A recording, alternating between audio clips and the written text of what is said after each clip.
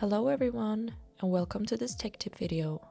Today we will show you how you can do topology repairs on a byte crank with mesh workflow in Ansys Mechanical.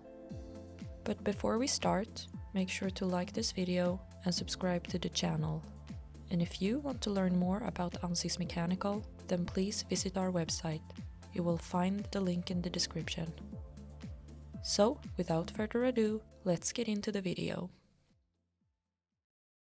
So, on this byte crank, we have created a workflow, and like we said, we will highlight that we can do topology repairs within the workflow. So in this case, we have this text, we have some closed vertices here, and we have some stray vertices that just lie in the middle of nowhere. So this one would not produce a good looking mesh as it is. So let's go through these steps very briefly, just so that you can get an idea and maybe some inspiration. I have initialized the workflow, so the first thing we do is to delete the name selection for all of these text faces, and we just delete that text. Next, we detect these holes,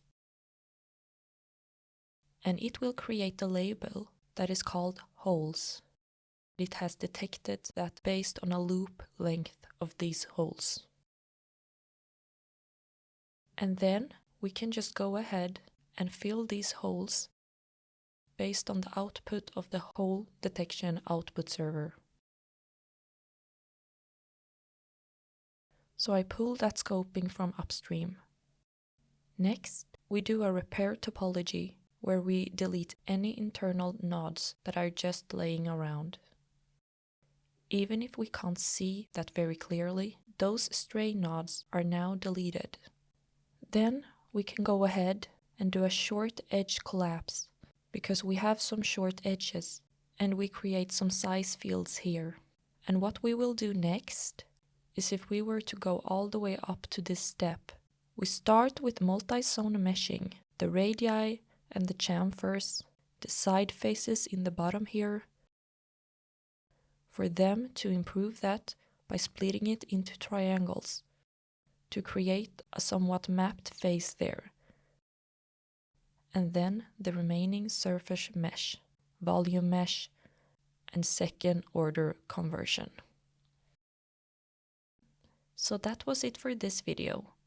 We really hope you liked it.